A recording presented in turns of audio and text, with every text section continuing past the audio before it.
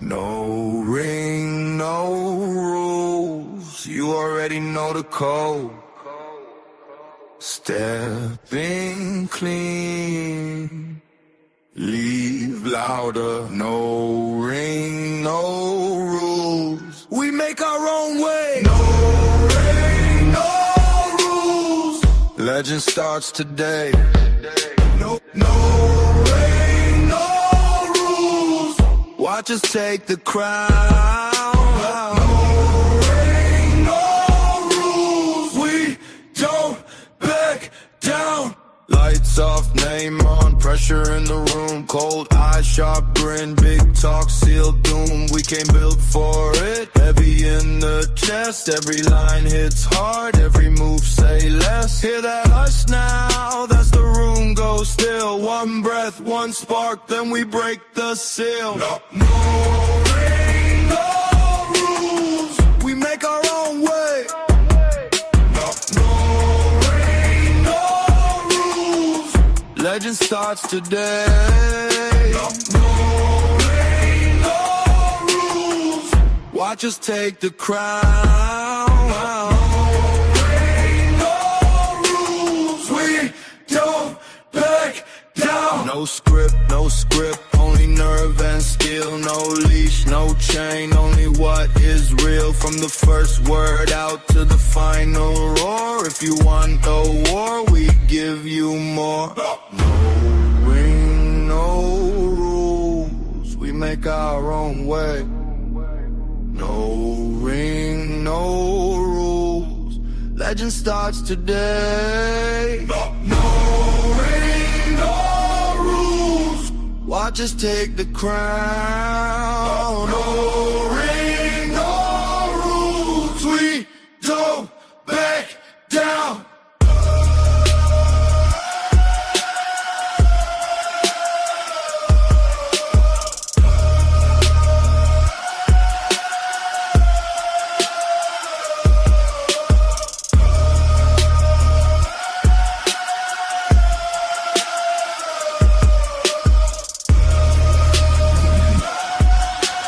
We don't back down.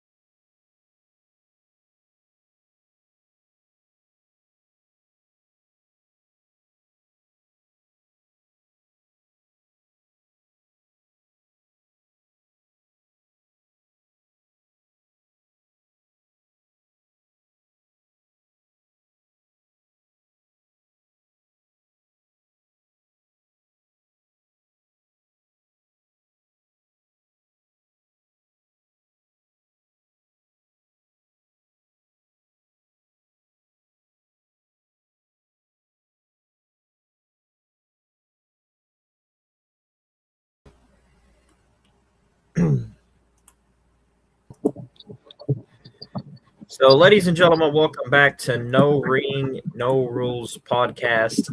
And first of all, I want to say this before I get on with the introduction is welcome to No Rings, No Rules podcast. And what a Summerslam we had. And before we get on to that, we're going to introduce everybody in the room. Myself, well, CJ, the owner of No Rings, No Rules podcast, and my right-hand man, the doctor of terminology here that's going to break everything down for you in simplest terms here on this podcast during their SummerSlam event, the controversial DJ Chaotic on this podcast. What's good, ladies and gentlemen? We did have an epic two-night event. Can't complain, can't say anything wrong, but there are some things that just needed to be addressed. And we're going to break those topics down for you. Now, going back on the SummerSlam, first of all, I'm going to hit the legendary intro because I'm going to set this stage real legendary. Welcome to No Ring, No Rules podcast, episode 8. I'm your host, CJ Mondo, and also my right-hand man tonight, DJ Chaotic. We're picking from the pieces for absolute mayhem from US Bank Stadium. Minneapolis just witnessed an historic 2-night Summerslam live on the ESPN Unlimited. We had a blood inside a Hell in a Cell expecting heel turns, ladders, matches, chaos, two Shield brothers going to war for the World Heavyweight title. Grab your drinks, hit that subscribe button, and let's dive to every single match from the biggest party of the summer. Now, I love this. Breaking this down for the first match. We had up, what they would call the opener, curtain jerker in the real business terms. Women's World Championship match, Liv Morgan versus Io Sky. The backstory before this championship match even happened. Io Sky won the Queen of the Ring to earn her shot, while Liv walked into US Bank Stadium undefeated at SummerSlam. Mind you, ladies and gentlemen, Liv has held the title for 100 days without a single opponent, and this was her first ever title defense in those 100 days.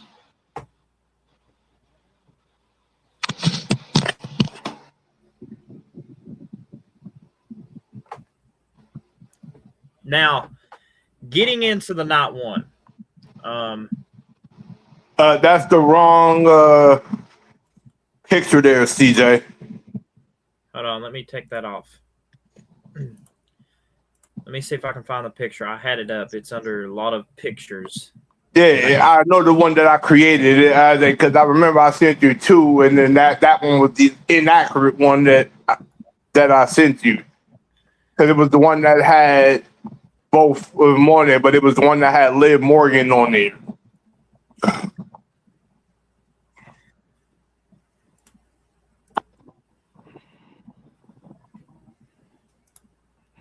So right here. There we go.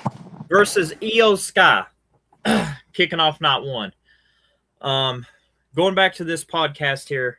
The match highlights of this was awesome.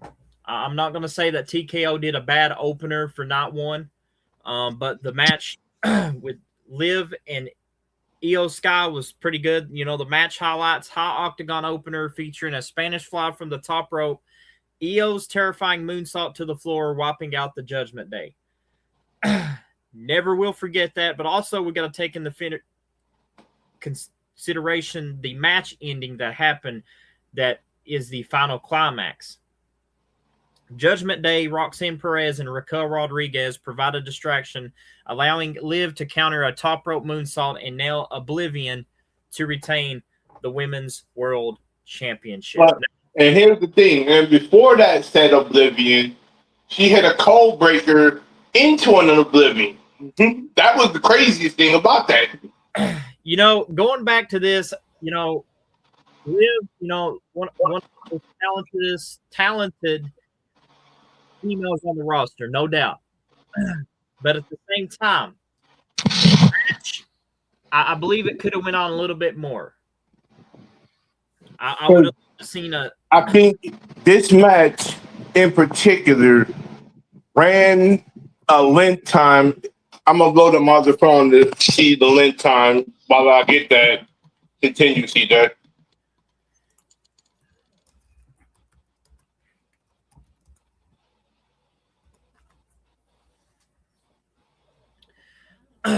Going back on this podcast,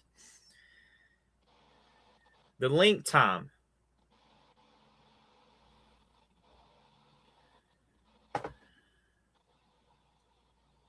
We're going to talk about the link time as soon as DJ gets back. That is a good point.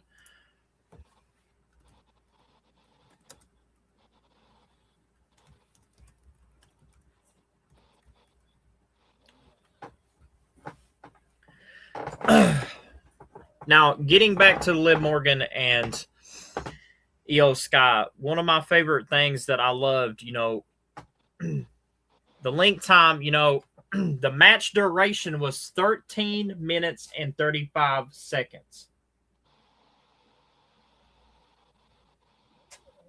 for that match. I believe that for, the not one opener, I don't know how everybody else feels in the chat, but this is just how I feel. I believe they could have went on for at least 10 to 20 minutes longer to making it a 33 minutes and 35-second match out of that Women's World Championship match. And the two questions I want to ask for the discussions here, and especially this chat, is what do you guys think about the match that I'm going to... Did Judgment Day's interference, Raquel Rodriguez and Roxanne Perez, steal our Io Sky's moment? What do you guys think? Do you think that interference, if there hadn't been interference, do you think we could have saw something that maybe could have changed the outcome at SummerSlam of Io Sky winning the title? Good questions here. I'm going to turn it over to DJ. And DJ, love to ask you as well as the live chat here, what do you guys think about that? I feel like here's the thing that I felt about that match. It was a nice paced match, fast, intense. Everything was all good. But it felt like in some scenario cases, the match didn't give that overall value factor that you would feel from a SummerSlam match.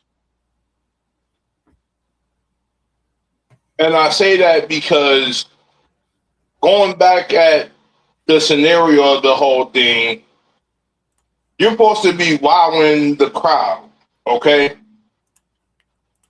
That's the thing about this. But with the way that that was presented, I don't think creative gave the best impression for it. You know?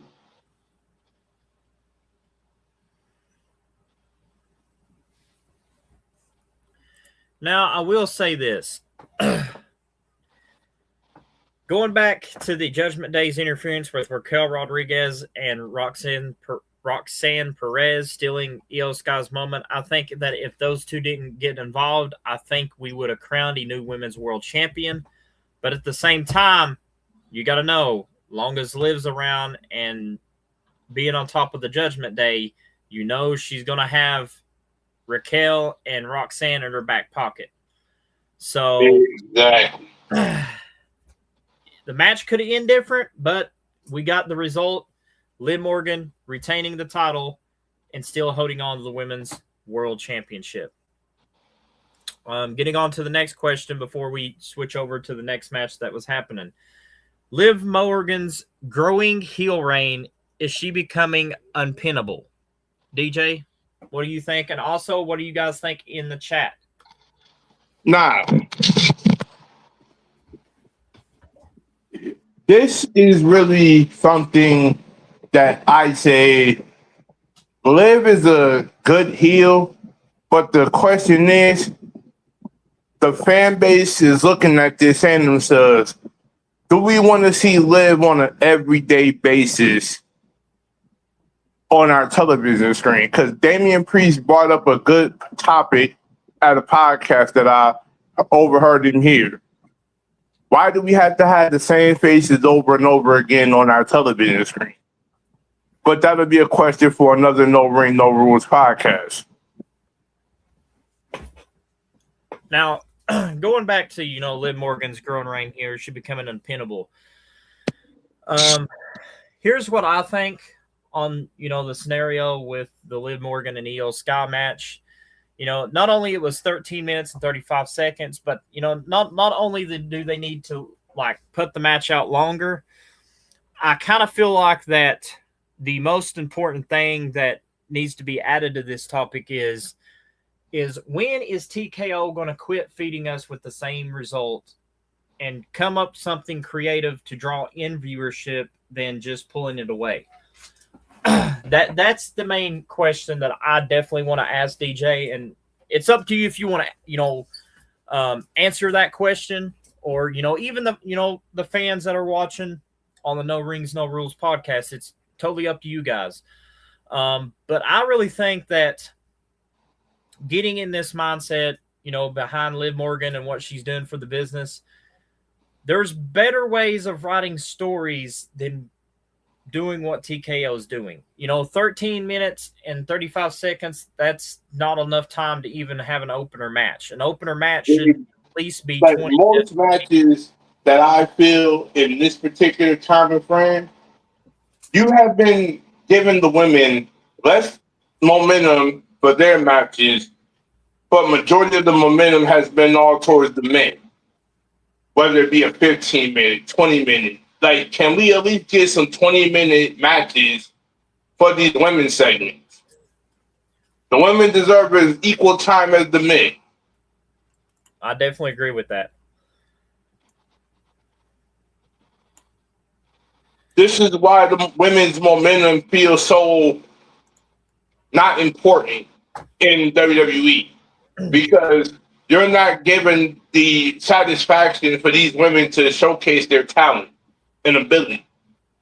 For a 13-minute, 35-second match, usually your opening contest is normally running 15 minutes flat. You know what I mean? Yep, I definitely know what you mean. Because in this case, we're going to get to the point that I want to get to once we get to that match, CJ, is why the majority of that whole night one was dedicated to Punk and Cody Rhodes. 30 minutes and 10 seconds of our time was devoted to that match. Yeah. A Hell in a Cell match is supposed to be at least a good 30, 40 minutes at best. Before we jump on to But before we get to that, we'll get to that when the time comes. Yeah, let's focus on, the chronological order first before we get to which is we're going on the 6-man tag match. Yeah, we're going to the 6-man tag match now. Match 2, LA Knight, Solo Sikoa, and Royce Keys versus the Bloodline, Jacob Fatu, Jimmy Uso, and Jey Uso. The thing I want to talk about here, just by watching that match, the 6-man tag team match, the match duration was only 11 minutes. You had, the result, LA Knight, Solo Sikoa, and Royce Keys win via pinfall, BFT on Jey Uso. So going back to, the match 2. And the biggest thing I want to say to this match right here is I love that WWE gave the Usos and Jacob Fatu the whole Gears of War E-Day treatment. Now, here's what I want to recognize that. Here's what I want to discuss. Having how many matches was on the card? I'm gonna say there was only 6 matches. There was only 6 matches on the card. Six matches on the card. Okay, for a pay-per-view, especially for a SummerSlam, at least maybe out of those 3 matches, do like a 15-minute Iron Man, because that's 45 minutes. Then, if you, let's say if the pay-per-view was 3 hours, you could do 115 and then make it 60. Okay, then you do 230 minutes. That'd be 3 hours. But at the same time, you got to look at it this way. Why are we getting shorter match durations for these matches? And it seems like the Women's World Championship got more than what the 6-man tag match, and the 6-man tag match had more people in it than just 2 people. I just don't get it. Like, TKO is not really thinking wrestling terms. But jumping from that, a question I want to ask the fans here, and I'm going to pull this up. Solo Sikoa's mock-stealing Jey Uso's Yeet entrance, Mind Games, at their peak. Can LA Knight and Solo Sikoa actually coexist long-term on SmackDown? That's a good question. Because think about it, guys. Solo Sikoa is a bloodline member. So what if they just, I'm not saying that TKO actually did this. I'm just saying that, okay, let's see if TKO what if scenarios. What if they allowed, LA Knight, Solo Sikoa, and Royce Keys to win, okay? And later down the road, they rerun this match later down the road, somewhere down the road, and somehow, some way, Solo Sikoa betrays Royce Keys and LA Knight to help the Bloodline win. How is that going to make the story even better, knowing that we know what's in the cracks? We can see this coming. It's a repetitive cycle. They done this with Roman. They done this with, Jey Uso with Roman, and they done this with Roman when he took on Jimmy. The list goes on and on and on, but at the same time, you guys got to think about this too. Can LA Knight and Solo Sikoa actually coexist? Or is this another way of WWE just giving us, feeding our hopes to where it's like, okay, why was this match even booked in the first place? Mm-hmm. Like, I get it, I get what they're doing, but at the same time, you guys had literally 2 months to prepare for SummerSlam. Like, now don't get me wrong, I say some of these should have been on the SummerSlam match card, but I think some of these should have never been on the match card. And here's why that I say this. The Bella Twins and Paige versus Fatal Influence should have never been on the SummerSlam match card. I agree with that 110%. They should have never been on the match card because, one, what's the ideal or the ideology catching the body of Paige and the Bella Twins having this 6-man tag just so you could turn the Bella Twins heel against Paige? It makes no sense. Another match that I say that is a dead weight match. Before we skip that, I'm just making my point across. Same thing with, this 6-man tag team match. Why are you teaming Solo Sikoa when he's a Bloodline member? He should have been in, a tag team with the Bloodline. You should have had like a 4-on-4 tag team match, having Solo on the Bloodlines team and having LA Knight and Royce Keys find a tag team partner. You could have even switched it up. You could have had like 2 mystery partners, and don't know if they actually would get in the ring nowadays, but you could actually see if Axe and Smash, if, that's they still around. I know Axe is, but I do not know if Smash, but I'm just saying, or even the Hardy Boys. Give the Hardy Boys, some push, even though that they are not on WWE's roster, but also they on TNA's. Give TNA a little bit time to shine. Have, them being a storyline with LA Knight. Jeff and Matt, they know how this business works. They've been in WWE. They are what I call the veterans. They know what's going on. I tell you, another good one would actually be good for creative, that pushes the creative right down to the North Star of the navigation. Jake the Snake Roberts, because if you listen to what Jake the Snake said, don't know if you know about this, DJ, but Jake the Snake said that all these cuts that, WWE has been doing lately, if he was, behind the desk and behind the corporate structure, he would release those people that are just sitting there just getting a paycheck and WWE's doing nothing about it, releasing them. And I agree with Jake the Snake.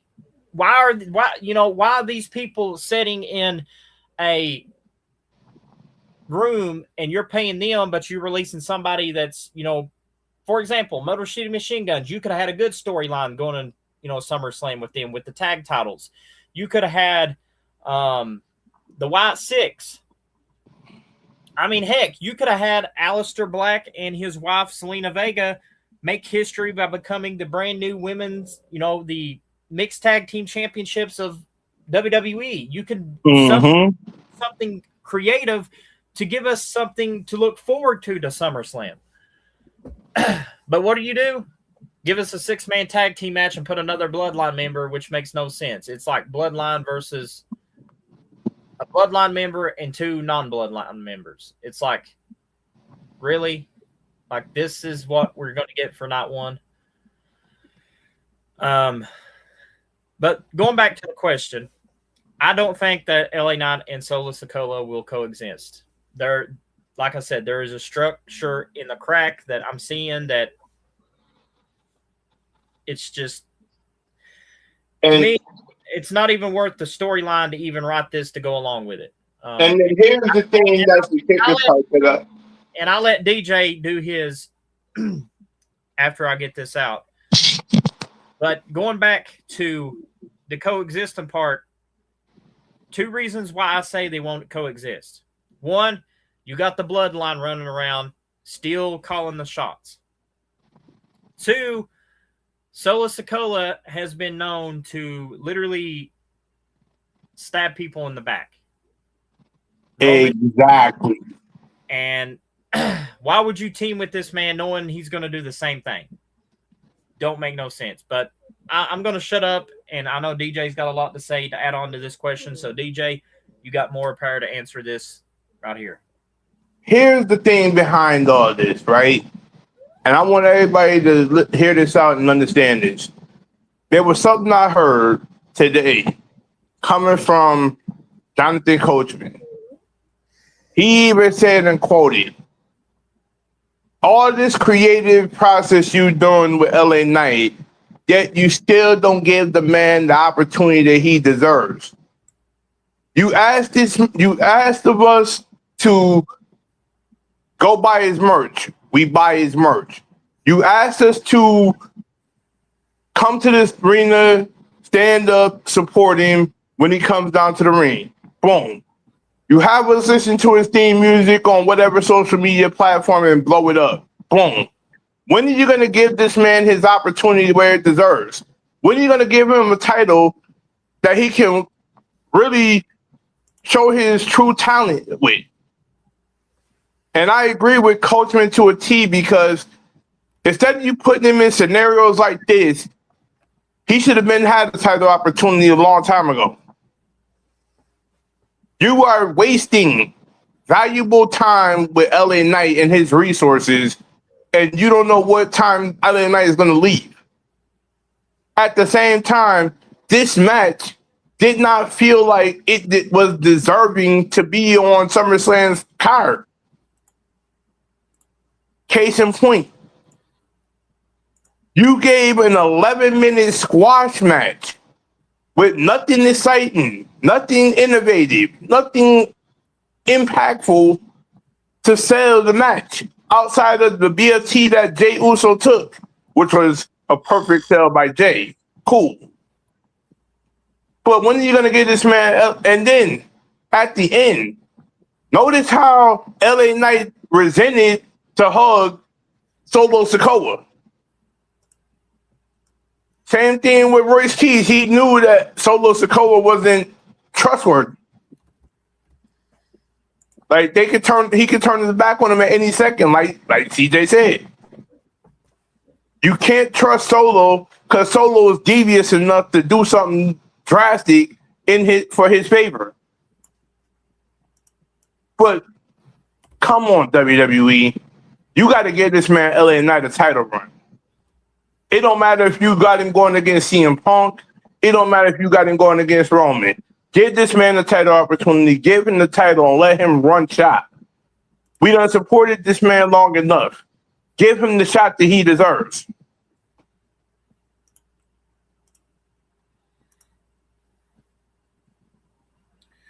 Now, since DJ answered that, we're going to move on to the next thing here. We're going to move on to the Gunther versus Nick Aldis. This was the most embarrassing match that I've ever seen WWE even do.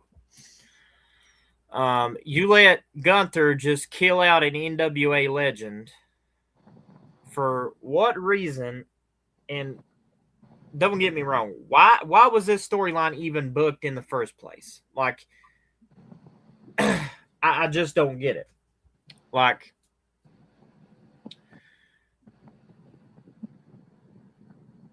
the match duration was only 11 minutes and 40 seconds. Gunther wins with Viva submission, rear naked choke.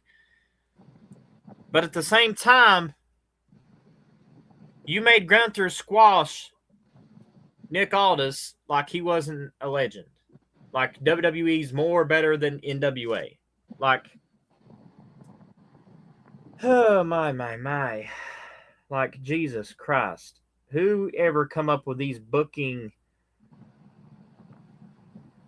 like, story writing or whatever the case may be, needs to go back and, like, really think to themselves, what can I do to develop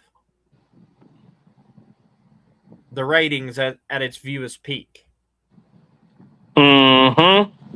And this match right here is not a match to go about.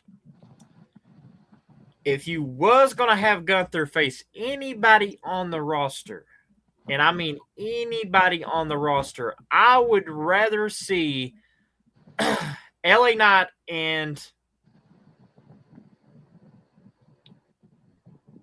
matter of fact, I'd love to see, scratch the tag team match out, I would love to see Royce Keys versus Gunther. Two big men going at it than Nick Aldis. Or, I mean, heck, if you didn't have Oba Fleming with Brock Lesnar for that main event, what a dream match that would be for SummerSlam. Gunther versus Oba. Let's see who the hardest hitter is.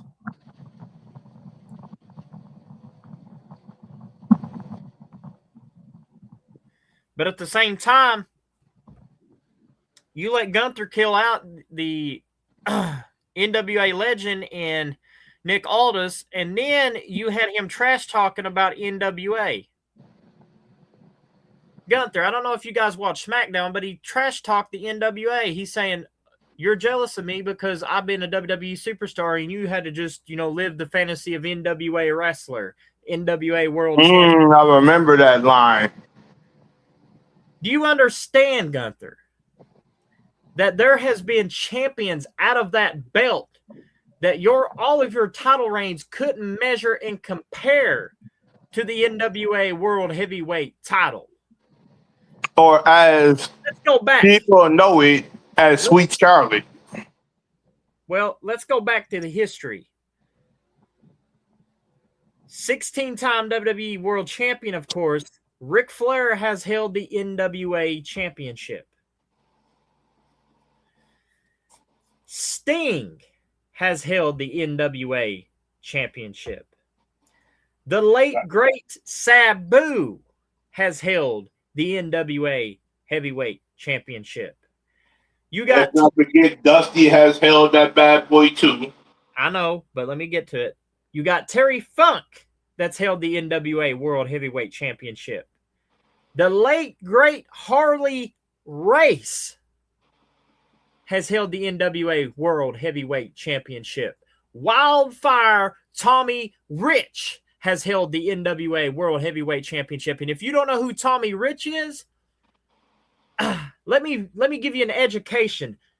Georgia Championship Wrestling, they hosted the first ever Hell in a Cell, Tommy Wildfire Rich versus Buzz Sawyers, in a last Battle of Atlanta match. That is where your Hell in a Cell has come to its big thing in WWE because of Tommy Rich and Buzzsaw.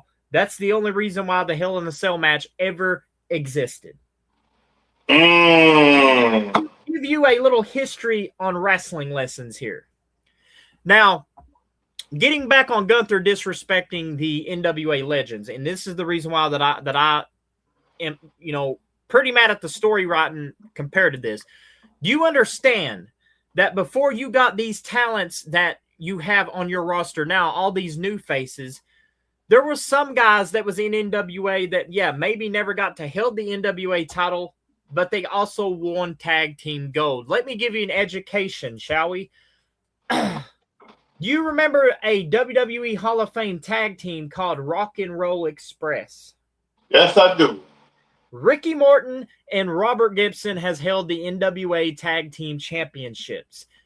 So, in other words, even though that was the world title, you kind of disrespected NWA and all its wrestlers just by mentioning NWA itself, and not only the world heavyweight title and its history. You disrespected NWA legacy that probably, Gunther, if you get fired from WWE, you probably will never go to NWA because NWA does not want to have you around because of the disrespect you gave to that NWA title. That NWA title should have been respected. Matter of fact, WWE champion, former WWE champion Cody Rhodes has held the NWA title. That's a fact. Nick Aldis has held that NWA World Championship. He's the GM of SmackDown, yes. But here's the thing that I'm going to educate you guys a little bit further on. The Raw General Manager Adam Pearce has held the NWA's World Heavyweight Championship. Think about what you say, Gunther, because, boy, there's a lot of NWA history for that title that you're going to have a lot of people to answer to. That's all I'm saying about that. But getting back on this match, and this question is huge and important. SmackDown GM Nick Aldis stepping back into the ring. Did he prove he still got it? And Gunther talking trash to Mickie James at ringside. Peak ring general heel work. What do you think of this, DJ? And explain your reason why on both of these questions. Here's the reason for the first portion of this question. I have to ask myself this question. Gunther, you have been a disrespectful POS ever since you magically disrespected AJ Styles and John Cena. And we're not even going to get on the topic of those two situations right now. I'll break that down in a whole different outlook. But here's the thing that I got to say to myself.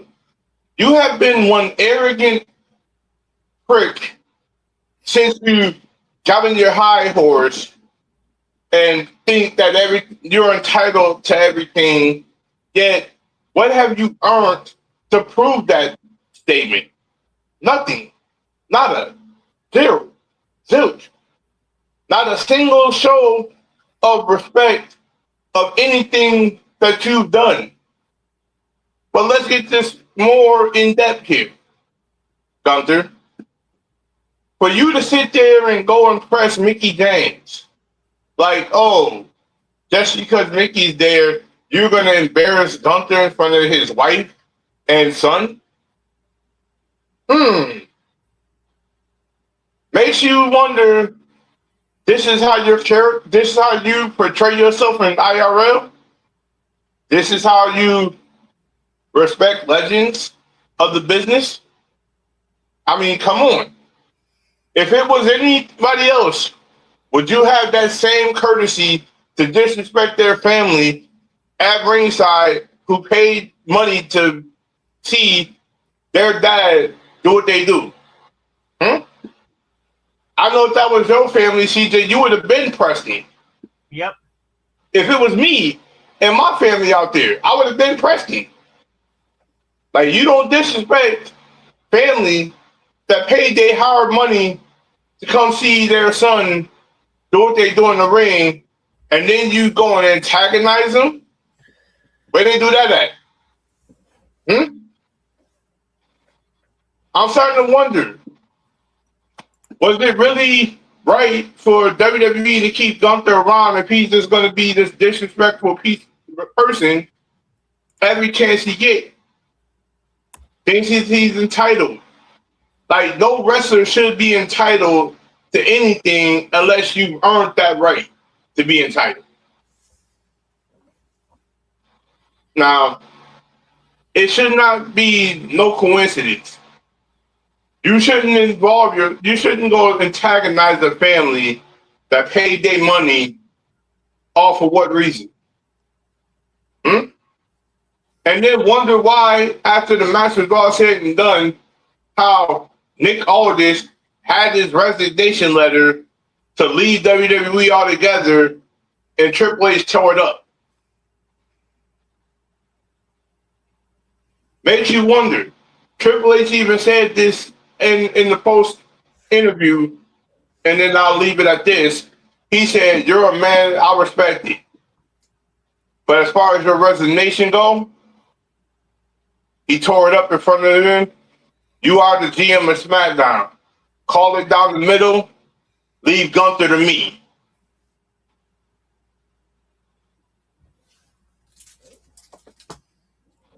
Now, going back on this, before we change subjects to go for the Bella Twins and Paige match that I really want to touch up on. Not only, Gunther has been disrespecting NWA wrestlers, but throwing it up to the fans, saying that he's beat AJ Styles, John Cena.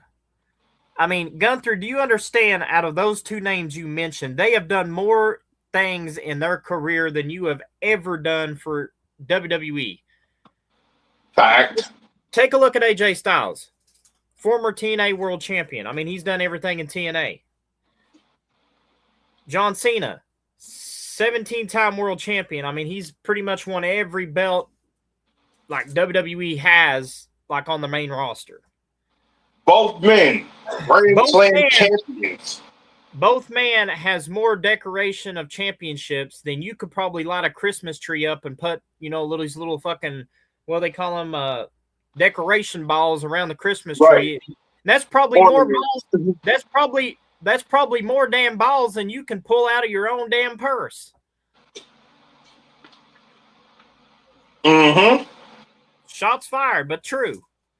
But here's and the thing. Let's not forget, Gunther, these two men have more decorated championship legacy than you ever could. You haven't even hit Grand Slam stature yet, and you're popping off as if you're something great. You haven't done shit until you earned what they've earned. Until you bled like they bled. Now, moving forward from this, I think it's time to get on to match 4. Yep. We're getting close to the main event, guys, because we already covered Liv Morgan's match. We already covered the 6-man tag. We already covered Gunther and Nick Aldis. So we're down to 3 more matches. And the match that we're going to cover next is Fatal Influence versus the Bella Twins and Paige. And going back to this summary, this match was only, 7 minutes? Only 7 freaking minutes for this match.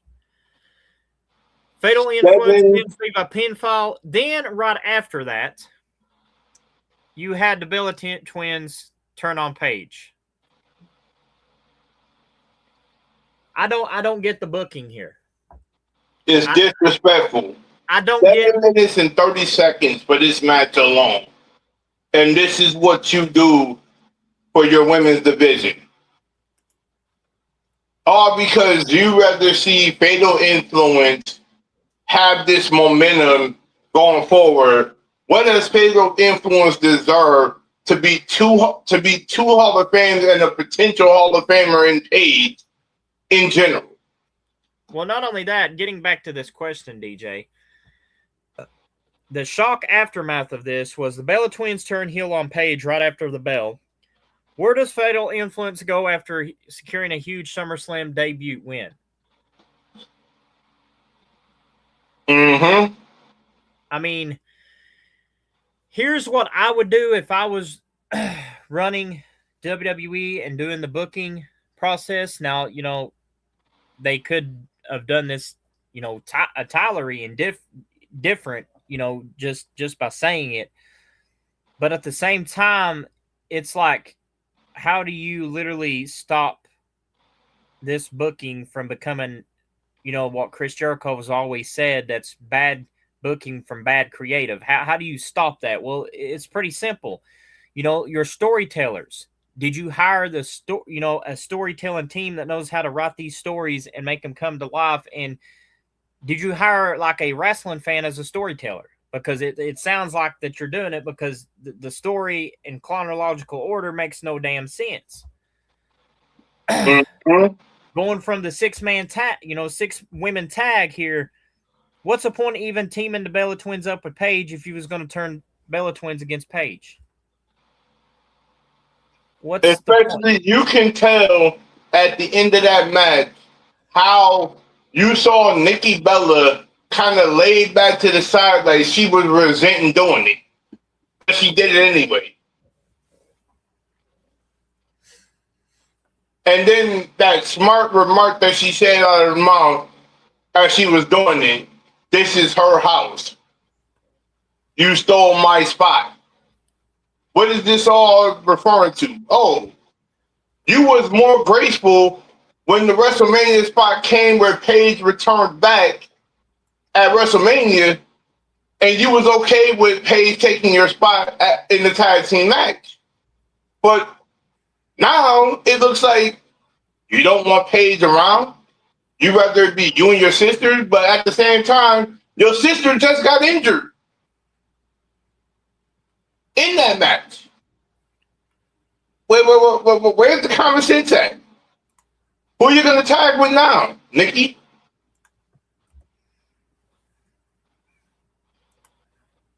You went down, now your sister goes down at SummerSlam. Coincidence. But as Saraya said on social media, she said, payback's a bitch.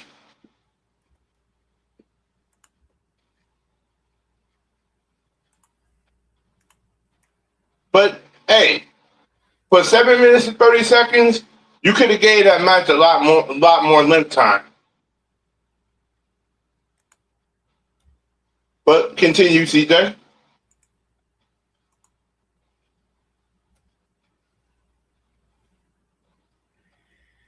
Going back on this whole thing with the match and fatal influence of Bella Twins, like I said, the story didn't even make sense. Like, exactly. Why would you turn Paige or turn the Bella Twins against Paige, and then the Bella Twins was hesitant?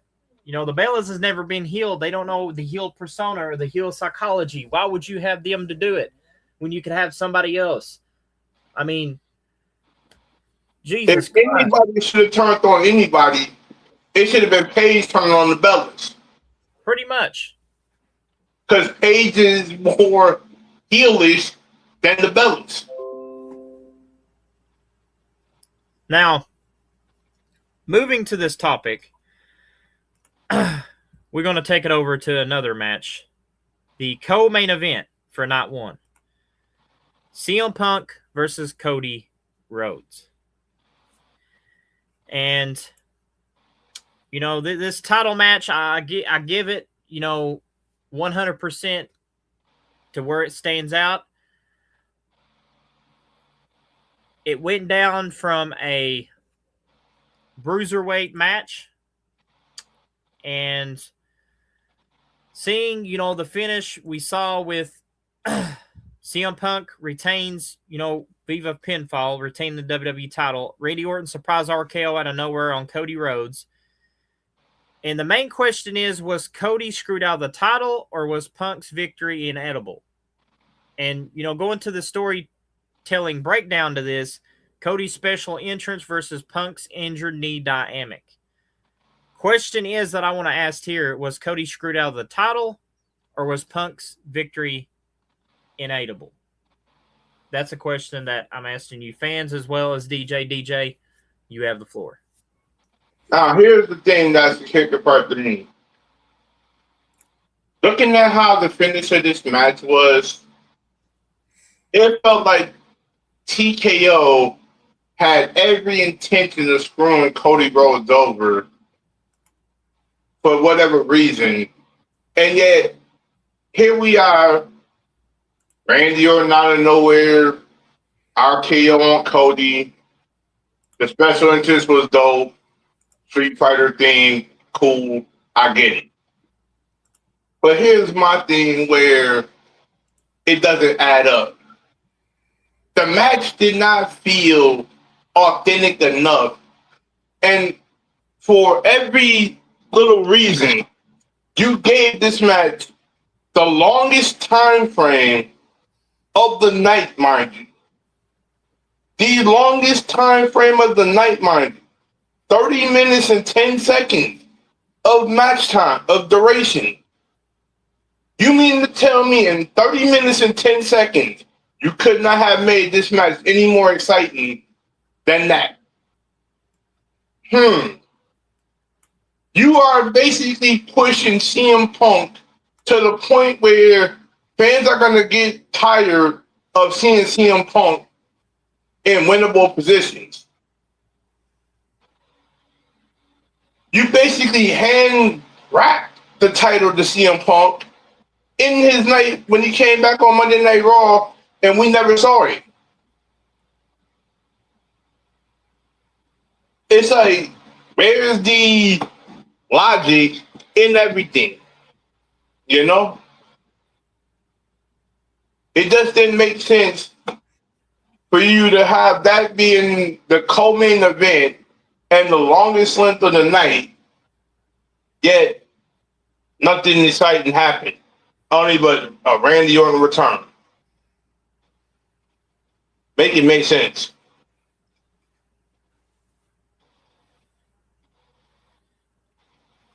But other than you, CJ. Now we get to the main attraction. And why I say this is the main attraction? Two things that happens in this match that, you know, especially the main event.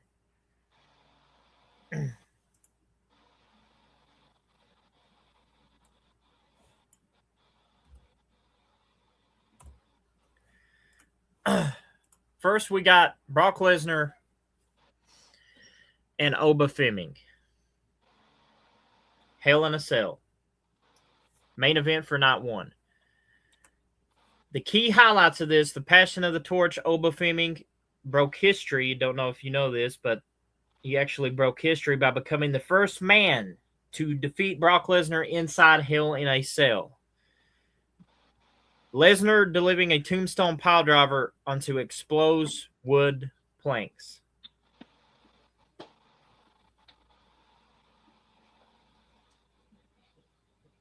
And the reason why that I think this match could have went longer, it could have been, I'd say 30 to 40 minutes at least best, is because you had a Hell in a Cell match. You could have wrote the storyline better to Brock and Oba destroys that cell until there was nothing left. You could have had it to where Brock literally F5s Oba Fleming off the top of the cell through an announce table to make an historic, you know, Undertaker versus Mankind vibe. I don't know if you guys watched the Hell in a Cell match, but you know, when Undertaker took on Mankind, but we saw what he did to Mankind, throwing him off the top of the cell. And, you know, the best selling that I've ever heard a commentator do, I think it was Jerry the King Lawyer or Jim Ross. It was both of them that did it. And he's like, by God, he's throwing Mankind off the cell. You know, that right there is what made that believable. The commentary made it believe like he killed Mankind.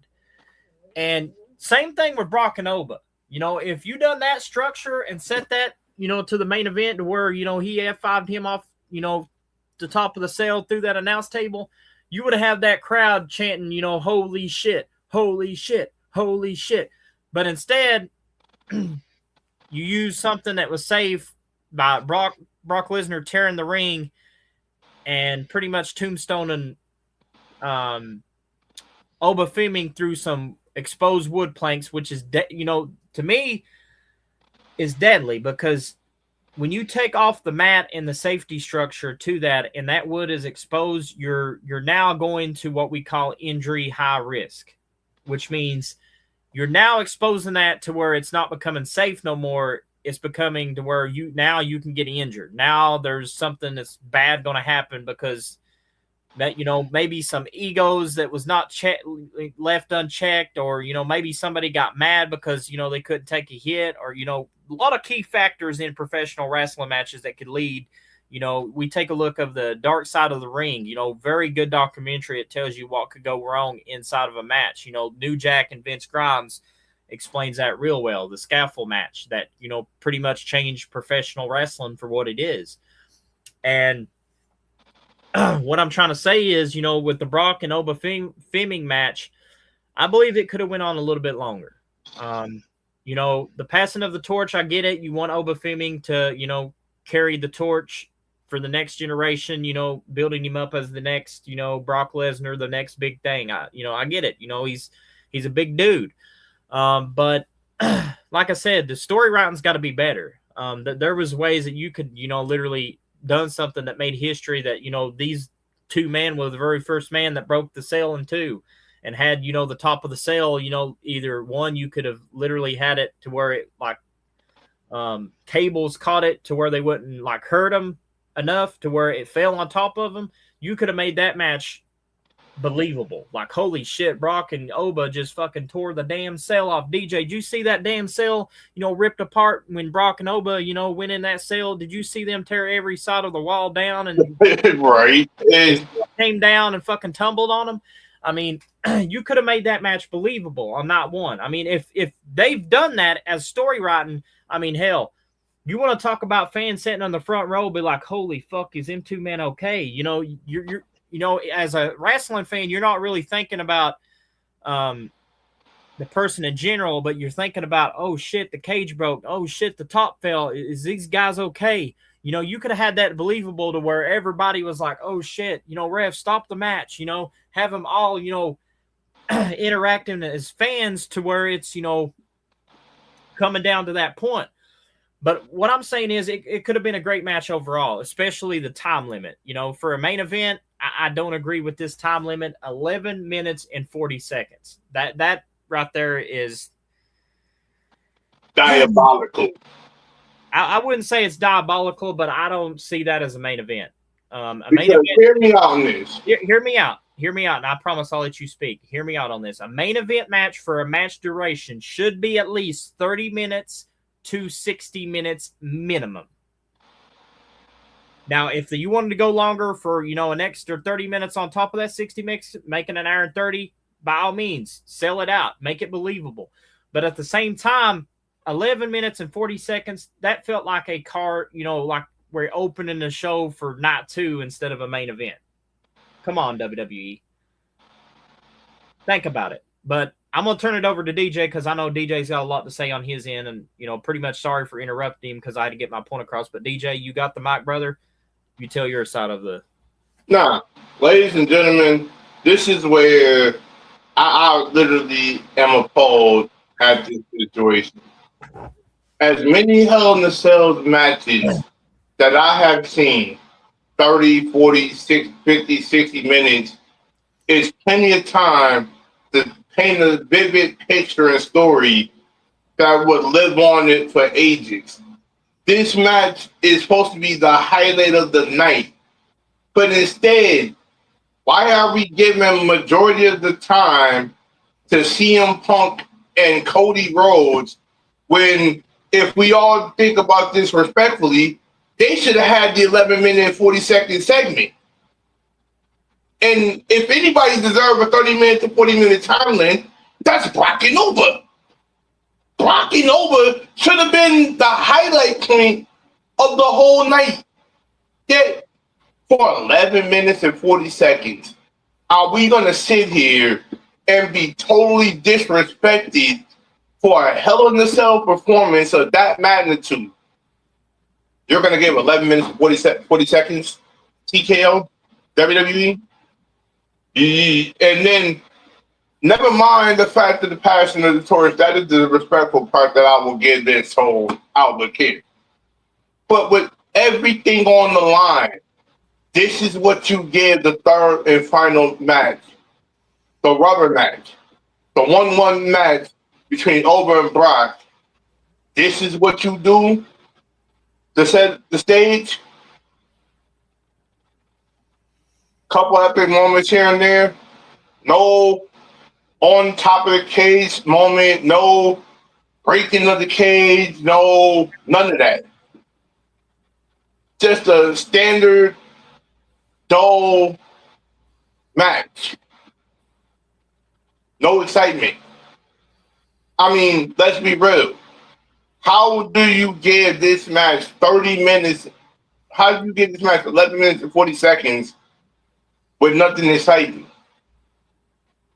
And I can see why most podcasts like JD from NY206 and so many others are bashing this match, giving it a C plus or D minus performance. Not even ranking this among the 10 best Hell in the Cell matches. No blood whatsoever. Like, hello. But I'm very appalled at how WWE gave these two individuals that much time. But you gave majority of the time to CM Punk and Cody Rhodes. Make it make sense. Like, where's the creative spark when you really need it the most? If this was Vince, he would be spitting in his grave right now off of that match because he made more better Hell in the Cell performances than what TKO is doing now. Am I wrong, CJ? You're not wrong.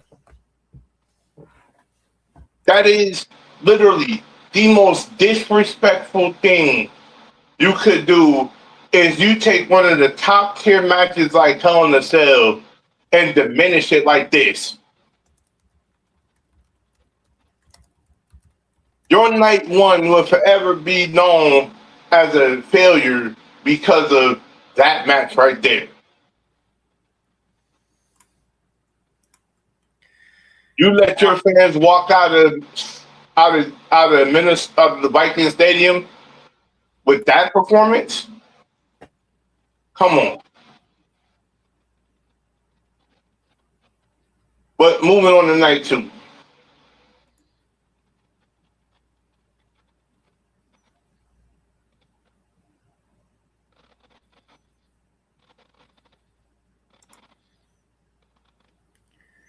Moving on to night two. That is a good topic to talk about because, boy, we got a lot to talk about on night two. Big time match. And the first thing that kicks it off, Sami Zayn versus Finn Balor, number one contender for the WWE Undisputed Championship. But we got a couple of twists in this one. Bear with us here. Bear with us. So, DJ, tell us a couple of twists that happened. Now, as both men are in the ring, Nick Aldis comes out. As Nick Aldis comes out, this is one of the most, I think, mind-boggling things I've ever seen. How do you have a man in Gunther who just wrestled the night before against your GM, and the GM grants him entry into a number one contenders match tonight on night two? Gunther is the third participant in. Then the biggest shock of the night, a returning Kevin Owens injected into the Fatal 4-Way. Now, that is shocking to see Kevin Owens return. Kudos to you. But the question is, how did he fare in this match with a neck surgery, coming off of neck surgery? That is the major question.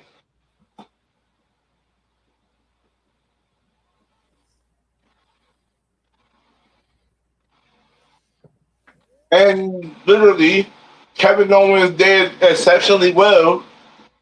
I mean, but this is the other part of this whole equation that was so fucked up in general is how does it feel knowing, creative, that you are basically ruining the moment of Finn Balor and Sami Zayn at the expense of adding Nick Gunther and a returning Kevin Owens?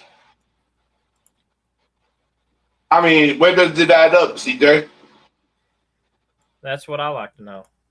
Because in this case, in this particular scenario, this was originally be a one-on-one scenario.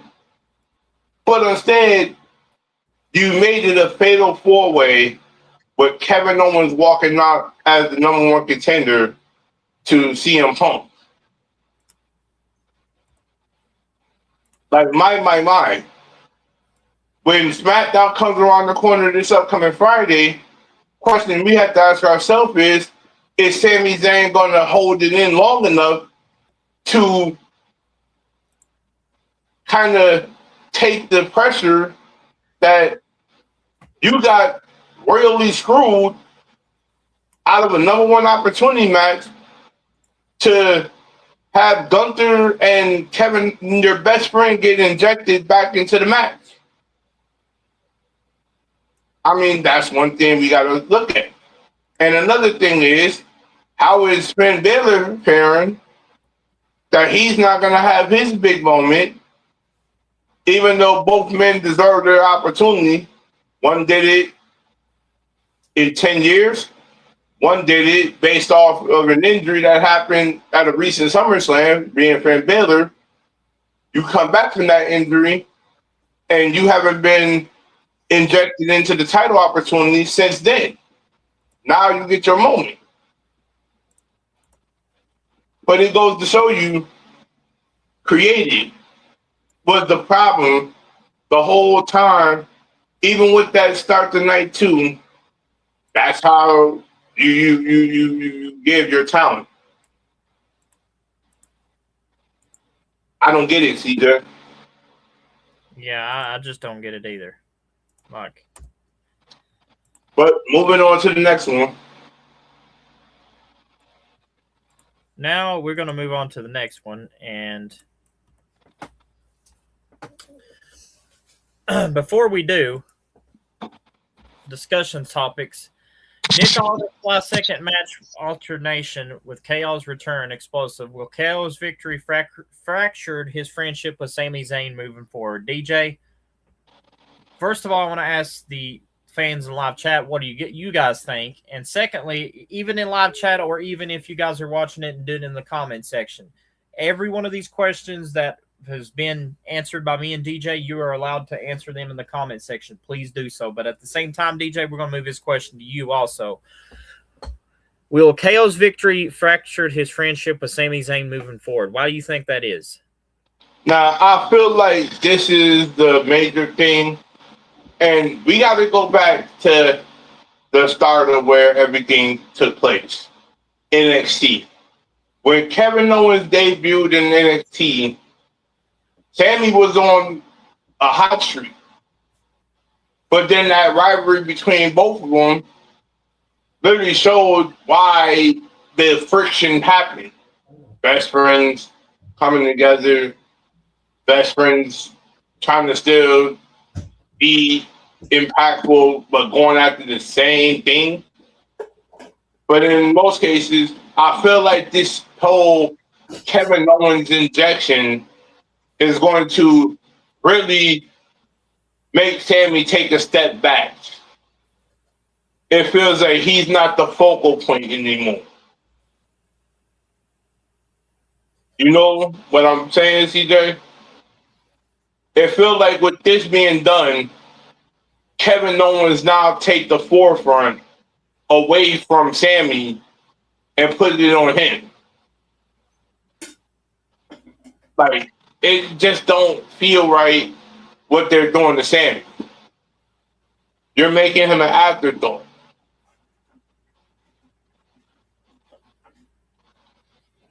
And for those that know that, this is what you're going to do to Sammy. And Sammy don't deserve to be in a situation where he's an afterthought. He's busted his ass just almost like everybody else. Matter of fact, he's probably the most underrated guy on that roster that hasn't really gotten the big break. Am I wrong, CJ? Nope, you're not wrong. Now, don't get me wrong. Sammy deserves everything. But at the same time, you have WWE Creative, or should I say TKO Creative, getting in the way of what's right. Too many changes, so many back and forth, like this, that, and the third. But you can't make your mind on who should be pushed and who shouldn't be pushed. The way that the fans react should be self-explanatory. You know? Yep. Like if the fans reacted on how Jane Doe was in the ring, Jane Doe should be pushed over. But no, unfortunately, the favoritism routine always kicks in. TKO has their favorites. This is who we want. This is who's going to bring in the ratings. This is who's going to drive the wedge here. Oh, if they could drive the wedge, then why haven't they proved that they belong at the top of the totem pole? You know, CJ? Yep. Why haven't a name like, I don't know, Gunther proved that he should be at the top of the totem pole? Why? Because guess what? His ego and his cockiness is getting in the way of something that he knows is ultimately hindering his progress. Same thing with why haven't we seen Carmelo Hayes push? You basically, and this is the thing that really kills me. You have zero diversity in WWE right now, and there's not one, I'll repeat, not one single black wrestler holding a championship opportunity. Where did we go wrong here? Now I'm gonna break that down on my end. Stay tuned for that.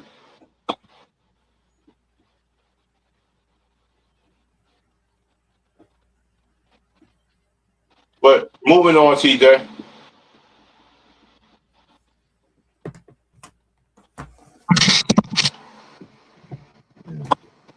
Now, going back to the whole thing that you had said here.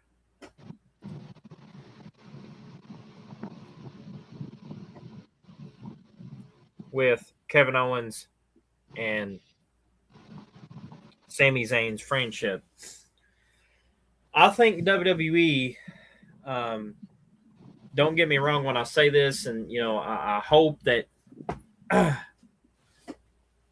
I'm trying to reword this differently to where it's not going to leave a bad taste in my mouth. But at the same time, I really didn't see Kevin Owens winning this number one contender match.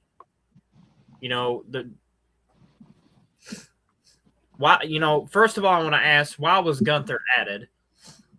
Gunther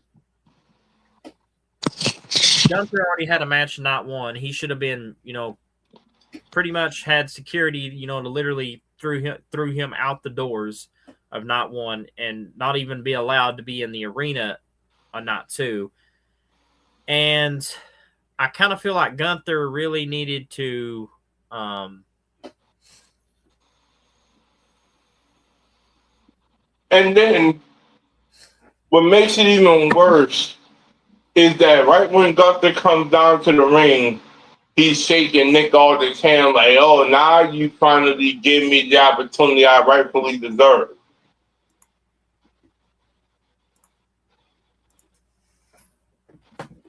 I'm like, why would you throw this man in a match after everything that this man's done to disrespect you? You put this man in a match, and he put his hands on you as you were being the GM. What gives you the right to deserve an opportunity? You know? Yep. What gives you the right to be in the number one contender match at SummerSlam, and you just went through and disrespected Nick Aldis night one. So Katie asked, Katie Nightmare, she asked, what was your favorite match of night one and night two? You know, getting back on that question, favorite match of night one, and I'll answer night two later. As soon as we get this done, I want to try to get the chronological order first before I do night two. Night one will have to be the match between Brock and Oba for night one. Even though they could have added more time to it and more storytelling, but that's what I think. I feel like definitely Brock and Nova was the highlight of the night.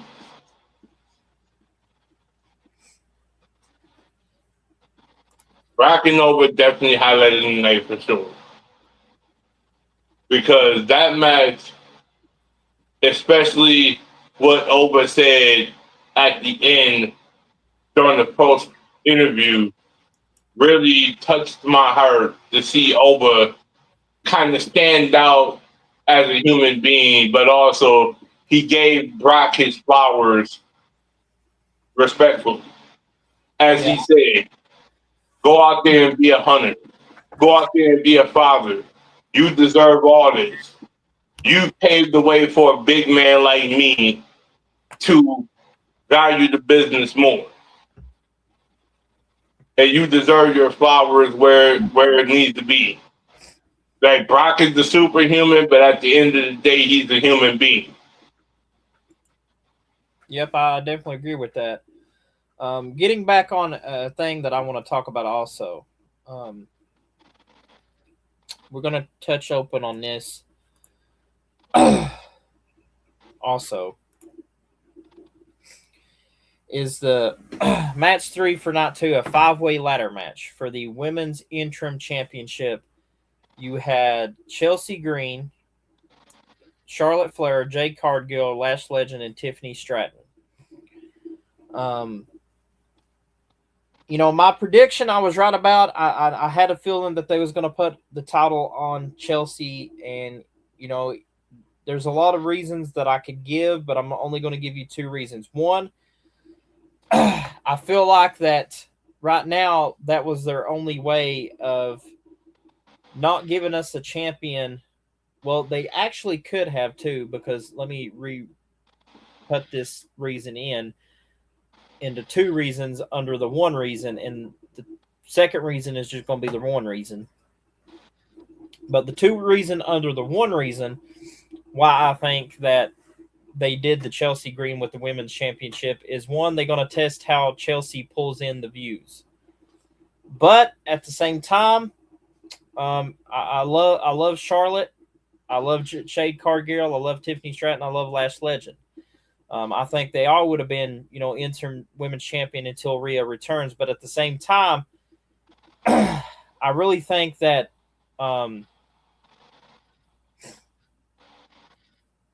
putting Chelsea Green for the title, you know, I know she's done a lot for the business. You know, I think she's, you know, the first ever women's United States champion, if I got that right. I think. Yeah, she was the first U.S. champion. So she's the first ever United States champion for the women. And going to this, I really think that, you know, putting the belt on Chelsea, you know, maybe a smart decision, but also at the other half, they're going to find out that, you know, maybe that was not the best decision. And I think that what they should have done, you know, especially, you know, in this 5-man match, they should have surprised us. They should have thrown in a Hall of Famer like Trish, and, you know, had Trish had a shot at that title and have Trish won it. Because I really think, you know, even though that I picked Chelsea Green as a predictions, I'm proud that she's got it. I think that if you add a legend in there like Trish, or even Lita, or Tori, or Stacy Keibler, you know, especially Stacy Keibler, she's never had a WWE Women's Championship opportunity. If you literally put the belt on, you know, Stacy Keibler, and a lot of fans saw that, and and especially if Stacy Keibler won the belt, if you had Stacy Keibler a part of this match, a lot of fans would literally buy merchandise because they've been wanting for years to see Stacy Keibler win her championship and get her flowers. And when is it going to happen? Like, I'm just trying to say this in general. I'm proud of Chelsea because I'm a huge Matt Cardona fan, and I know definitely Matt Cardona is happy as hell that his wife is the women's champion. But going back on this, I think there could have been better ways of building that ladder match. They could have had Nick Aldis come out and be like, listen, I got one more participant. I'm making this a 6-way ladder match, adding Trish or Lita or Tori Wilson or Stacy Keibler or even Barbie Blank, a.k.a. Kelly. A lot of options that they could have at the table. And I really think that, possibly, I don't really know if they could pull this off. But I would love to see even Victoria. WWE Victoria. Everybody remembers Victoria. She ain't the lady to mess with. Black Widow, Tara, TNA. List goes on. I really think that she should have been added, because she was on Nostalgia's contract. And guys, if you don't know what a Nostalgia contract is, it is basically a Legends contract that WWE personally gave her. And I really think that, seeing Victoria have one more run for the women's championship would definitely be good, especially for the women's division. Is definitely what it's needed. Even with the women's world championship, I think if we had one more time, let's say if they decide to do this, Trish Stratus as the women's world champion and Victoria as the women's champion, or Stacy Keibler as the women's champion, and then Kelly as, or Victoria or Trish as the women's world champion, vice versa. That's what they need to do, to think about how they're going to get these women, because you got to think about it. Who was before these women, before they got their names and before they got caught up to WWE? There was Trish, there was Lita, there was Tori, there was Stacy, there was Lita. I mean, there was Jazz. I think her name's Jacqueline.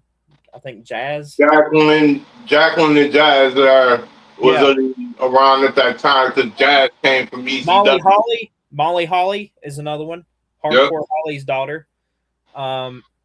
Natalia, not Natalia, but what's her name that used to tag team with what's his name? Used to be a JJ Security. Jamie Noble. Jamie Noble, yeah. You get those women that was in the Attitude Era that, women's champion today, you could have literally had that women's title more prestigious. I really think also, same for the man, Goldberg, even though he's retired, I think, one more shot at the world heavyweight or WWE title. You got one of my favorites, Shane Douglas. What if Shane Douglas, the franchise, came to WWE, winning the WWE title for only one time, or the WWE World Heavyweight one time? A lot of possibilities you can have, I saw him not too long ago that was pretty much in WWE.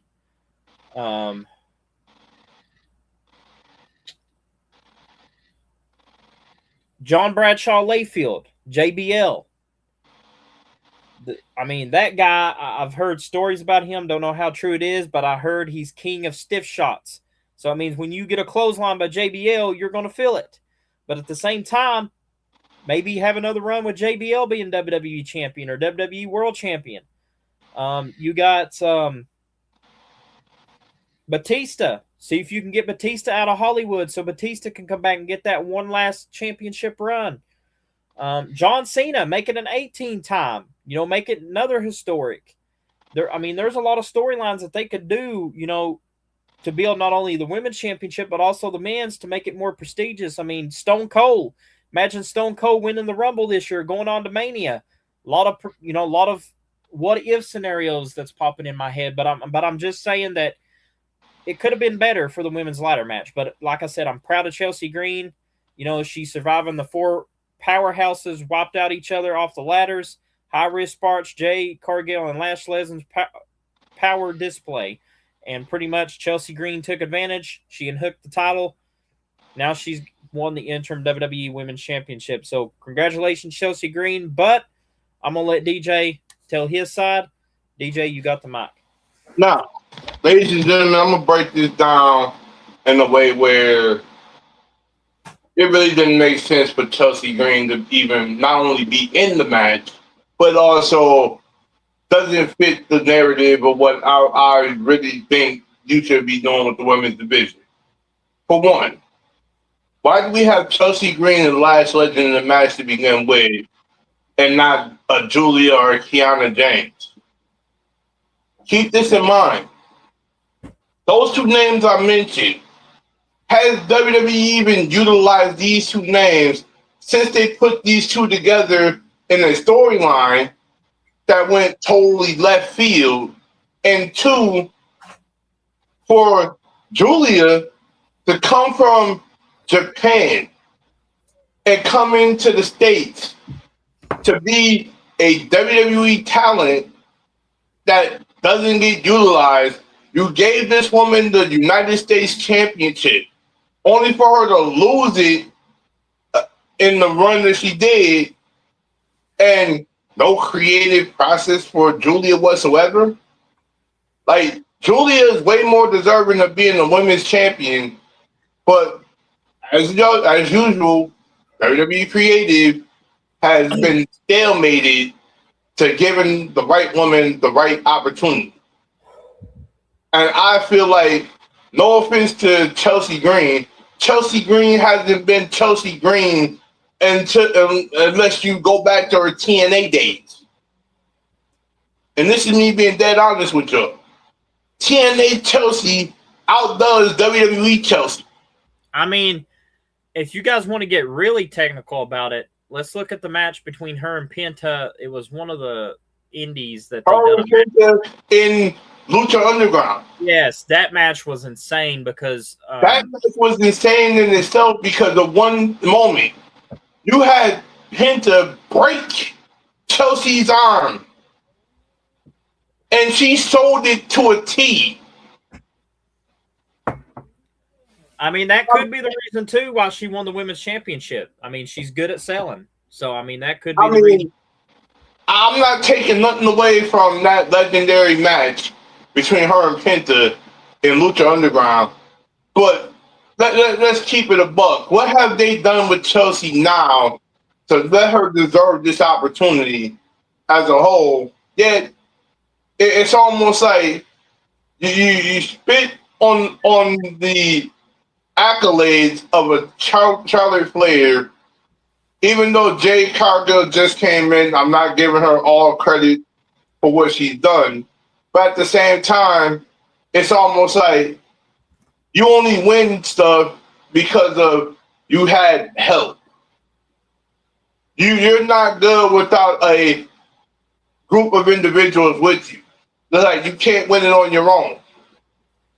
You don't show your true narrative talent without somebody being able to help you. Like Tiffany Stratton, I'll give her all the credit in the world as well. But understandable, you have the title that Chelsea has, the United States Championship. So they wasn't going to make you a two belt champion, even though you're in your hometown. I can understand that. At the same time, if the only person that is deserving of fighting Rhea Ripley in that whole big three, Lash, Charlotte, and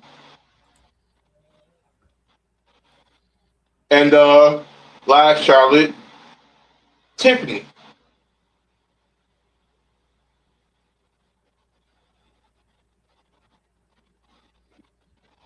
Why would you even attempt to give a interim women's championship to Chelsea Green if you wasn't feeding her to Rhea Ripley and you think that she's going to top Mommy?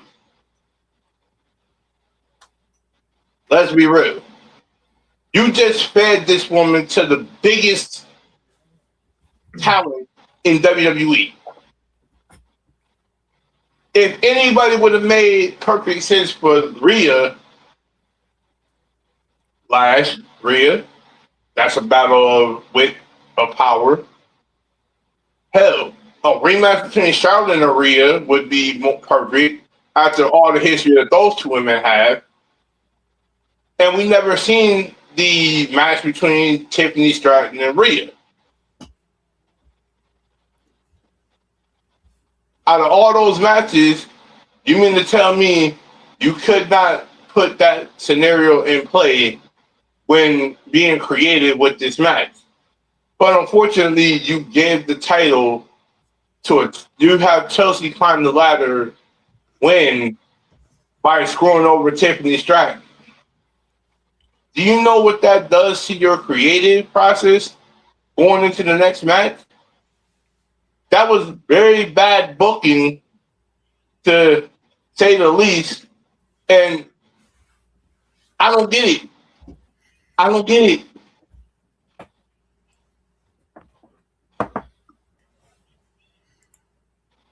But moving on. Now we go to the Human Monies on a Pole match.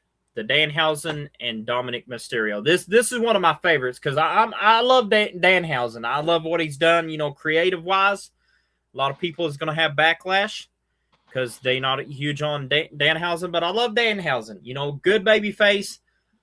But the bad problem is about the matches and also the storytelling, and also the thing that I'm trying to say is the storytelling's not adding up to the character or for him or Dominic. And Jonathan Coachman spoke bad about this on a Raw segment, saying one of the worst episodes he's watched on Raw. And going back on this Human Monies on the Pole match, this Human Monies on a Pole match was literally, if I go back and looking at this, 6 minutes and 49 seconds. Are you kidding me? 6-minute match. I just don't get it. Like, I understand that, you want Danhausen to be over, like a baby face and get over and get the crowd, cheering, up on their feet. But 6 minutes and 49 seconds is not even a match to even watch. That's like a blink in the eye match. Less than 7 minutes, ladies and gentlemen. Almost 7 minutes. It's not even a match. It feels like that it's, like a squash match. And Dominic, I give Jonathan Coachman for what he said, DJ. He said that Dominic was the future Eddie Guerrero because he knows how to do the heel role perfectly. That dude will be a legend in the making if WWE pushes him the right way. If they continue to do this stuff that he's doing in storyline with Danhausen, Dominic's just made like a joke. Mm-hmm. And I get why Jonathan Coachman's exactly the way he is. And, going back to the question here.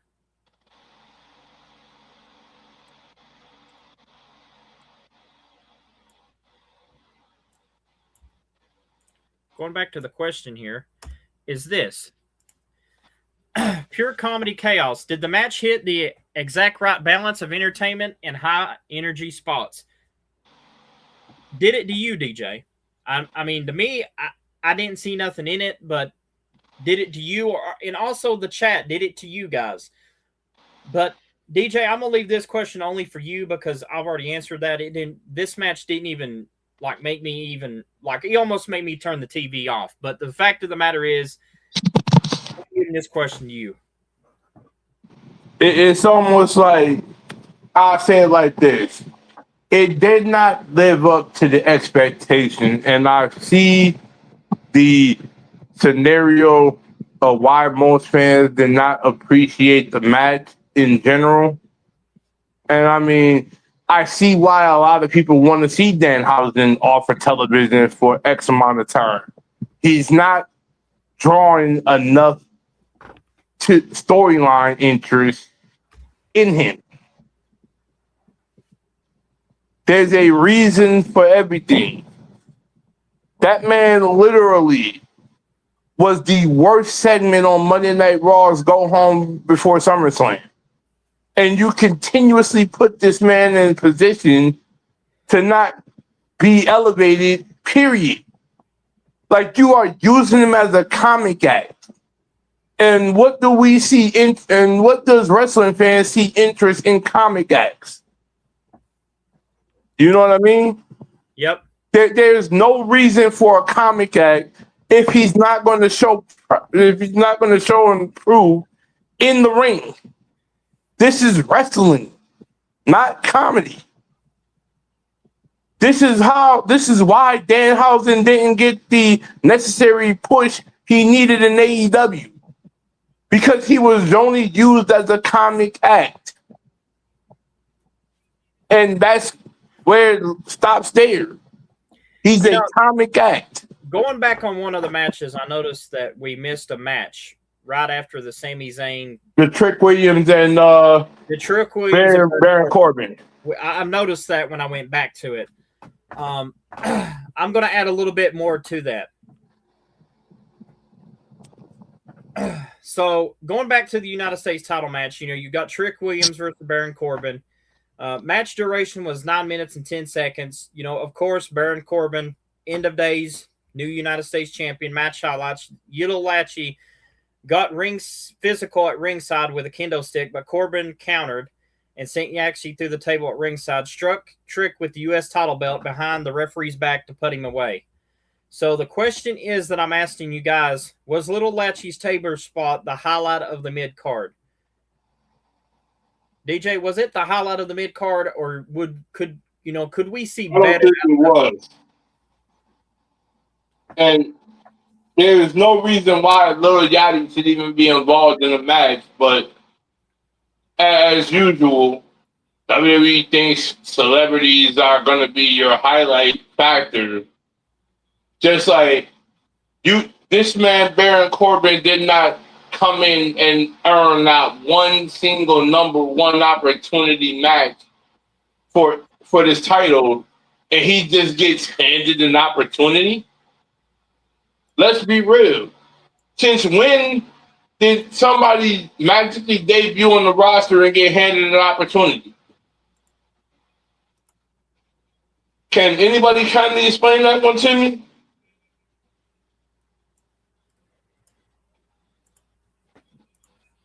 You know, CJ?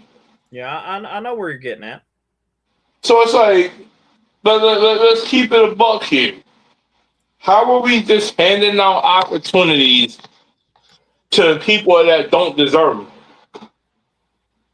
You hand out an opportunity to Baron Corbin just because, we signed Baron Corbin back. And then, not to mention, everybody wants the theme music that he's entitled to, the Lone Wolf theme, but you give this man some generic bullshit.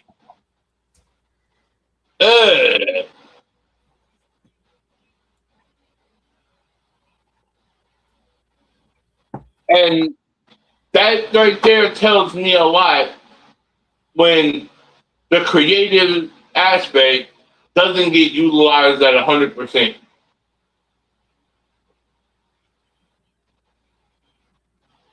But next on the list? Now we get to the co-main event, Penta versus Chad Gabriel. The Intercontinental Championship match. And the highlight of this, Gabriel captured his very first WWE Singles title high-flying technical masterclass between Gabriel and Penta. And the question I'm going to ask, was this a technical showcase, the low-key work rate of match of night two? DJ, what do you think about it? I feel like this match had everything and then some. It was very creative. It was very thoughtful. It was very passionate. It was very intense in certain aspects of the match, but also at the same time, this could have been given more treatment if delivered correctly. You know, for a match match of that magnitude, the only goal, damn near 12 minutes, 12-minute match, and you get 12, and you fit all that in 12 minutes. That should have at least been a 15 to 20-minute match. But we can't go over the OTC's match. You're cutting in the OTC's time. Wait a minute. If we go back and look at the tape, when SummerSlam was one night, there was no such thing as duration matches. Am I wrong, CJ? Nope, you're 100% right on topic. There was no such thing as duration matches. Every match had at least a good 20 minutes intense performance. Some matches even took 25, 30 minutes. But there was no such thing as duration length in our standard of WWE. Because the duration is what's killing the product. You stick a time length on something, you give it no dialogue and no creative, no passion, no structure, no story-driven intensity for this match to grow on the fans. And that's what you did. You didn't let the match grow on the fans. And I'll just leave it at that. Now, it's time to get on the main event topic. And the reason why I say this is the main event topic, because this match right here, I really think that this match right here was probably the best match of night 2. I got to see this match, and I love Roman. I love him as a worker. I love what he's done, especially for the business DJ.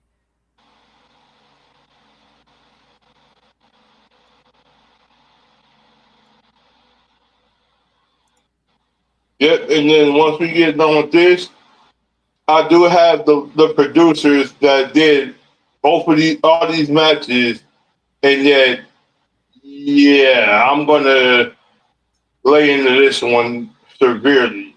So going back to night 2, the World Heavyweight Championship match,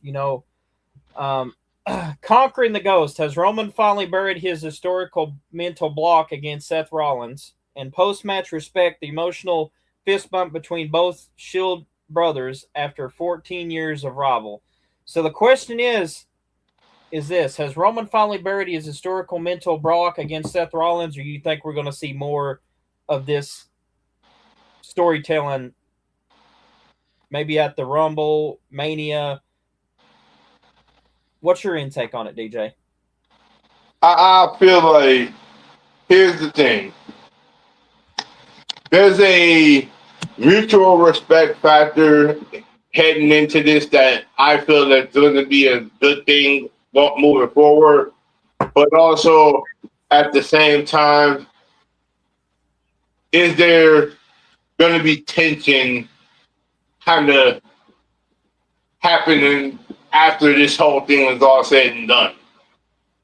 I mean, after seeing that match and seeing how I'm going to go back and rewatch it, and I'm going to really dissect everything on my end to break down what I feel is beneficial, but also in my sincere element of these two individuals are forever going to be legendary in every aspect, because this is the Shield we're referring to. Two men that revolutionized a era when they came in and a take no prisoners attitude.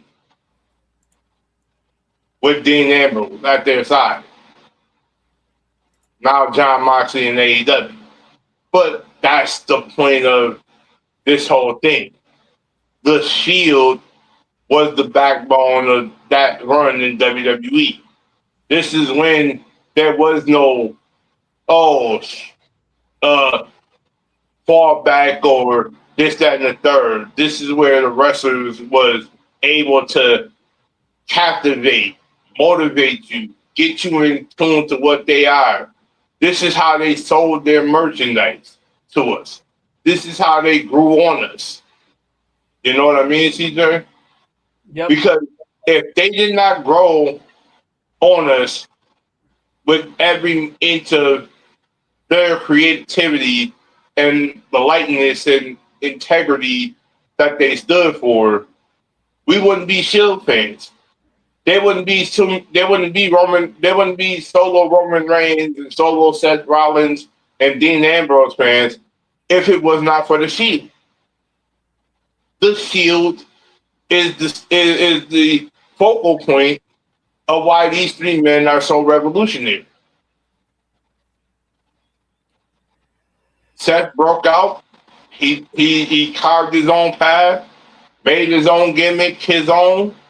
Roman broke out, kept the Shield gimmick at one point, but then as soon as he went to that OTC, the Tribal Chief gimmick, I think that's where he soared in a different level. Same thing with Dean Ambrose. He was the lunatic fringe. And then it feels like in stages in AEW, John Moxley has that lunatic fringe mentality as well as this new Death Rider persona that he's elevating. This is why I'm saying you can't have these three men without saying that storyline that they built was what captivated us. It captivated you, CJ. It probably captivated a lot of people that's listen to this podcast. Without the Shield, where would you be? I mean, a lot of people who are in call today have built characters that's based on what? The Shield. Like, y'all know we are diehard wrestler fans.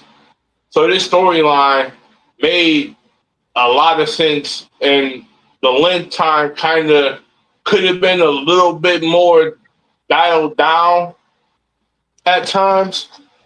But also, this is Seth and Roman, two men that could ultimately lead this industry and have moments to cherish.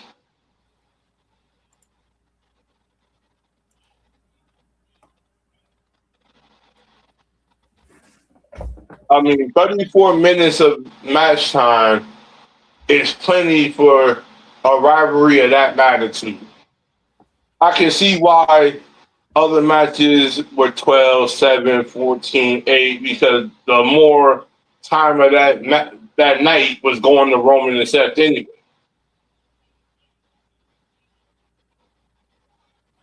What to you, CJ? I definitely agree with you. I think the main event really stood out for night 2 better than night 1, even though that Brock and Oba was a legendary night for, night 1. I think that, they could have done better creative story writing. Like I said, the story writing that they could have done is literally had those two destroy the Hell in a Cell. I know that's never been done in WWE. Had those two literally destroy the cell where the cell literally like smacks on top of them. Not saying you can't do guys, but I'm saying that, make something that, it's never been done that'll shock the fans, Where's the shock in our value? But also at the same time, before we close this show, what are your guys's, what exactly are your guys' thoughts about what you saw at this historic SummerSlam for not 1 and not 2? Leave it in the comments. Leave it in the live chat. We definitely want to hear your perspective on the feedback of what you thought it was. Definitely want to hear from you. But at the same time, definitely, you know, we take out the look of the winners from both not 1 and not 2. And I'm going to pull it up. DJ's actually done great with the artwork of this. You know, not 1, you got CM Punk defeated Cody Rhodes, retained the WWE Undisputed Championship. Oba Fleming defeated Brock Lesnar, Hell in a Cell. Liv Morgan defeated Io Sky, Women's World Championship. Gunther defeated Nick Aldis. LA Knight, Solo Sikoa, and Royce Keys defeated Jacob Fatu and the Usos. Fatal Influence defeated the Bella Twins and Paige. That was not 1. Not 2. Danhausen defeated Dominic Mysterio. I think that's wrong. I don't know if Finn Balor won the number 1 contendership. No, because they didn't show the Kevin. They couldn't get Kevin Owens on the picture, but that should have said Kevin Owens win. But it should have been Kevin Owens won the number 1 contendership. So, mm-hmm. And then of course Baron Corbin defeated Trick Williams for the United States Championship. New United States Champion Chad Gable defended Penta. Intercontinental Champion, new Intercontinental Champion. Chelsea Green won the interim Women's Championship ladder match, being the new Women's Champion. Of course, the main event, Roman Reigns, OTC, still is the one, defeated Seth Rollins for the World Heavyweight Championship in US Bank Stadium. Legendary night from, you know, SummerSlam from both nights. Like I said, guys, definitely want to know your guys' feedback on this, as me and DJ will close this podcast out, and we want to thank everyone that has tuned in to watch the podcast. And definitely, like I said, don't be afraid to give us some feedback, because stay tuned also for episode 9, ECW, where we go in more details of ECW. That'll be this coming Saturday, 7:25 p.m. Don't miss it. Especially before you leave, I think you should show them that beautiful picture for what they should expect on this one, because I feel like this is going to be the most epic podcast y'all not going to want to miss out on in general. Right if here. y'all are huge ECW fans, Huge ECW this is the moment that y'all want to be at. We're going to cover the whole topic, from Shane Douglas to Tommy Rich to the Dudley Boys to Sandman to Francine to Beulah McGillicuddy and Dawn Marie. All these, you know, we're going to get Tammy Lynn Six, which is Sunny. There's a lot of things. And also, get your moments together that you'll love of ECW for this. I would love to hear what y'all favorite moments was in ECW. But yeah, get your moments, guys, because this is going to be a huge podcast. Especially if you're a diehard ECW fan like myself, we're going to get in huge topics, history about ECW, a little bit of. Hell, we might roll that beautiful bean footage of certain clips that were legendary. We might. You never know what we bring here on the No Ring, No Rules podcast. But until then, guys, want to thank everyone that's tuned in. Me and DJ are going to say peace and go our separate ways. But ladies and gentlemen, like, subscribe, and also turn on that bell for more notifications for podcasts, because you never want to miss a No Ring, No Rules podcast. Guaranteed. And we will see you guys on the next one.